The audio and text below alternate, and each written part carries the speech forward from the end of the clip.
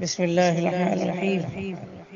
الحمد لله وحده والصلاة والسلام على من لا نبي بعده وعلى آله وأصحابه أجمعين. أما بعد. حضرات، اللہ پاک کے فضل و کرم سے ہم سب لوگ رمضان المبارک کے بابرکت مہینے سے گزر رہے ہیں۔ اللہ پاک اس بابرکت مہینے کو ہماری زندگیوں میں بار بار لائے اور بہت سارے رمضان المبارک کو ہم لوگوں کے لیے، ہماری زندگی کے لیے مقدر فرما دے۔ آج اختصار کے ساتھ رمضان المبارک کی چند سنتوں کو آپ حضرات کے سامنے بیان کر رہا ہوں۔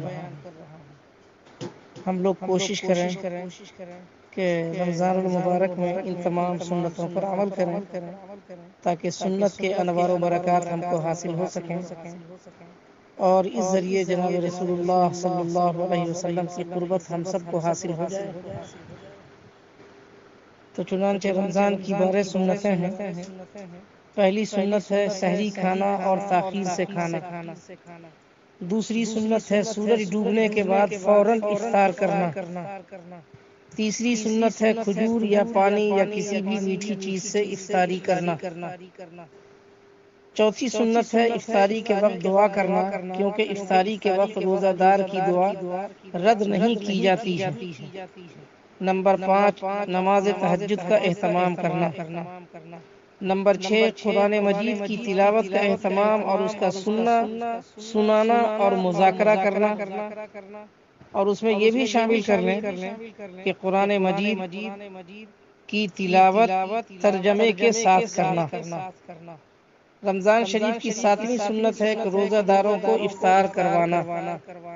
رمضان شریف کی 8ویں سنت ہے خوب صدقہ خیرات کرنا۔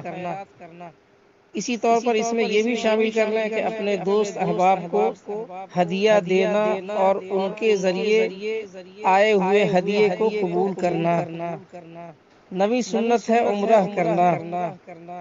رمضان شریف کی 10ویں سنت ہے رمضان کے آخری 10 دنوں میں عبادت اور اذکار مسنونہ کا زیادہ اہتمام کرنا۔ 11ویں سنت ہے شب قدر کی جستجو اور اس رات میں عبادت اور ذکر و دعا کا اہتمام کرنا، یعنی 21 سے لے کر کے رمضان شریف کے آخری دنوں تک جو طاق راتیں ہیں اس کو شب قدر کہتے ہیں۔ 12ویں سنت ہے رمضان شریف کے آخری 10 دنوں میں اعتکاف کرنا۔ یہ پورے مہینے کی چند اہم سنتیں تھیں۔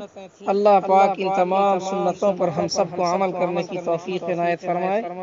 وآخر دعوانا الحمدللہ۔